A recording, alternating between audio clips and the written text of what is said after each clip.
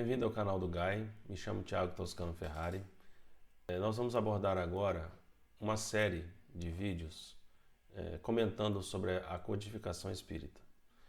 Nosso objetivo não vai ser aprofundar em cada uma delas, mas sim apresentar para aqueles que já conhecem algumas curiosidades, ou até mesmo para aqueles que querem iniciar o estudo da doutrina espírita, um roteiro seguro para vocês estarem não só conhecendo as obras, mas também estudando elas de forma mais objetiva. Não vamos entrar no detalhe de cada uma dessas obras, nós vamos apenas abordar a estrutura, o ano de publicação, se houve outras edições que Kardec fez posteriormente, se ele mencionou na Revista Espírita algumas dessas publicações, se ele fez algum comentário divulgando na própria Revista Espírita sobre essas obras, e dar a vocês uma percepção de como que Kardec construiu ao longo de 10 anos toda a codificação espírita.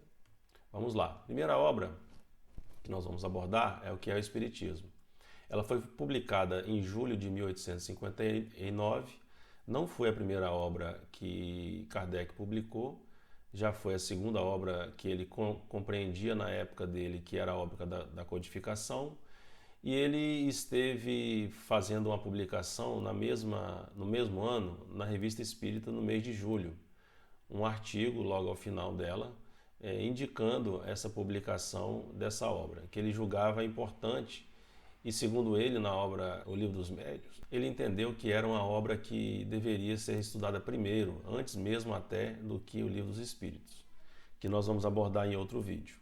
Então a obra é dividida em preâmbulo e 3 capítulos. O primeiro capítulo tem uma pequena conferência espírita, em que ele estabelece 3 diálogos com o crítico, o cético e o padre. No segundo capítulo ele traz as noções elementares de espiritismo, onde ele aborda basicamente sobre as comunicações espirituais e sua finalidade, os médiuns, os escolhos da mediunidade e a qualidade dos médiuns, charlatanismo, identidade dos espíritos, contradições e consequências do espiritismo. No terceiro capítulo, ele estabelece a solução de alguns problemas para a doutrina espírita, abordando a pluralidade dos mundos habitados, a alma, o homem durante a vida terrena e o homem depois da morte. Então, esses são os princípios elementares que ele condensou numa obra que é, a meu ver, uma obra bem curta, bem pequena, mas bem condensada com esses 3 princípios elementares. Nesses 3 diálogos que ele estabelece com o crítico, o cético e o padre, ele viu que nos 2 primeiros anos do nascimento e surgimento da doutrina espírita, haviam muitas objeções apontadas em periódicos na época que saíam nos jornais, em declarações no púlpito através dos bispos e padres da igreja, no seio da Europa, em que se era o contexto, do surgimento da doutrina espírita.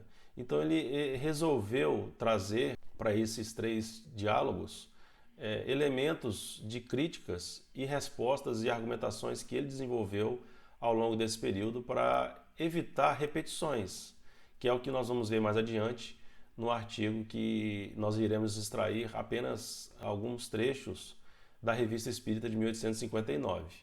Já as noções elementares do Espiritismo, ele vai abordar basicamente sobre as comunicações que existem entre o plano espiritual e o plano físico, a sua finalidade, ele vai falar sobre os médiuns, o escolho da mediunidade e a qualidade dos médiuns. Ele resolveu trazer essa abordagem justamente para indicar aos médiuns um roteiro de como desenvolver a sua faculdade mediúnica. Ele vai abordar também sobre charlatanismo, que foi muito combatido por ele mesmo à época. Não se furtou desse mérito de estar combatendo o charlatanismo. Sobre a identidade dos espíritos, que ele fez um trabalho exemplar e muito extenso na obra O Livro dos Médiuns, mas ele traz aí um resumo nessa identidade dos espíritos aqui nessa obra, o que é o Espiritismo, das contradições e consequências do espiritismo.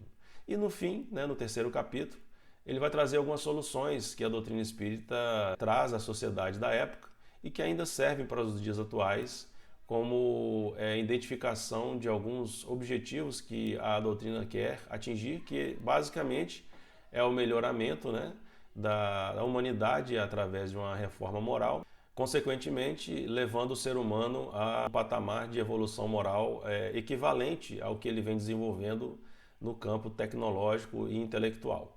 Então ele vai abordar sobre a pluralidade dos mundos habitados, ele vai discorrer sobre a alma, o homem durante a vida terrena, né? Qual é o seu objetivo, qual deve ser a sua ânsia em que ele deve estar buscando como significado da vida, e o homem depois da morte, qual é a sua reação ante o mundo espiritual quando a realidade para ele se apresenta.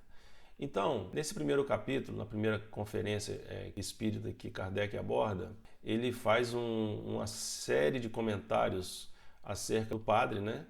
E ele faz algumas abordagens interessantes, porque para Kardec, qualquer crença à sua época era válida, desde que levasse o homem ao seu melhoramento moral.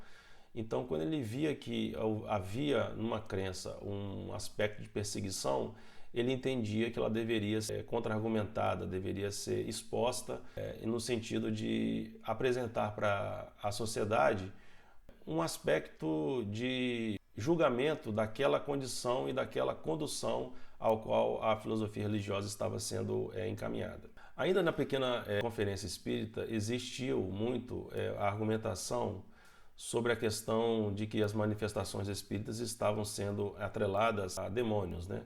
E muito hoje se prega isso, que toda reunião mediúnica numa casa espírita, uma pessoa chega até essa casa, ela tem a possibilidade de estar fazendo uma consulta com o médium à disposição, e perguntando sobre seus entes queridos que passaram para outra vida, enfim. Isso é um completo desconhecimento da doutrina, isso não acontece nas casas espíritas federadas, esse comportamento é de pessoas que não conhecem a doutrina. Existem outras filosofias espiritualistas que trabalham com esse viés, esse não é o objetivo da doutrina espírita.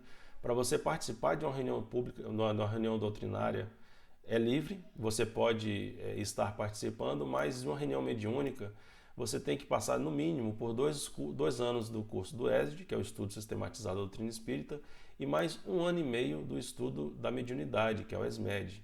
Ou seja, são 3 anos e meio para você ter preparo de participar de uma reunião mediúnica, que não tem nada a ver em estar respondendo a curiosidades de seus participantes, senão seu objetivo é atender aos espíritos sofredores e tratar os processos obsessivos, que nós vamos estar desenvolvendo em outras temáticas.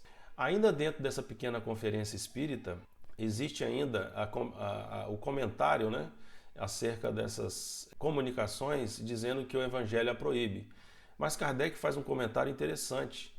Ele diz o seguinte, abre aspas, essa proibição não se encontra nos Evangelhos. Os judeus não recriminaram o espiritismo tanto quanto os cristãos. O legislador hebreu queria que a nação judaica rompesse com todos os hábitos herdados no Egito, que eram objeto de abuso. Era utilizado como meio de adivinhação, porque não seguem a circuncisão, que é uma lei mosaica. Havia 2 leis, a lei divina promulgada no Sinai e a disciplinar, que era passível de mudança, e que Jesus a cumpriu, desenvolveu e aboliu outras. Então, como Kardec argumenta, nos evangelhos não há proibição da consulta aos mortos. Jesus consultou Elias e Moisés. Não consultou, mas esteve na presença deles, junto com os apóstolos Pedro, Tiago e João, no fenômeno da transfiguração no Monte Tabor.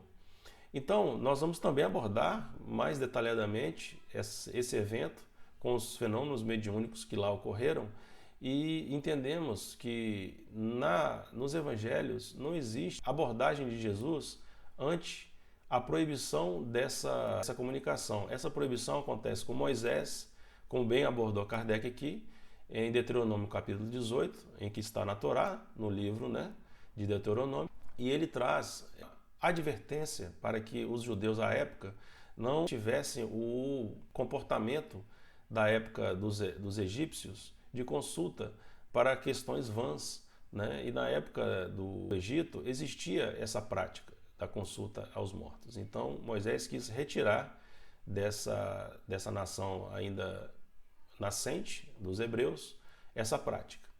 Então, partindo para a questão da publicação, obra Revista Espírita, Kardec faz uma abordagem de 2 importantes destaques que vamos fazer. Abre aspas, a introdução ao conhecimento do mundo invisível ou dos espíritos, contendo os princípios fundamentais da doutrina e a resposta a algumas objeções prejudiciais, fecha aspas. E Kardec continua e destaca, abre aspas, para o leitor será uma primeira iniciação e para nós, tempo ganho pela dispensa de constante repetição das mesmas coisas, fecha aspas. Então Kardec, nesse artigo, ele aborda da seguinte forma, é uma obra importante, deve vir primeiro a ser estudada e lida por aquele iniciante dos ensinos da codificação, porque ela vai justamente trazer elementos que vão retirar todo o preconceito que as pessoas têm de outras agremiações religiosas para com a doutrina espírita. Então, espero ter contribuído para você com esse vídeo. Vamos estar abordando outros temas com as outras obras da codificação e espero que você possa compartilhar esse vídeo, curtir, ativar o sininho das notificações e até o próximo vídeo. Muito obrigado.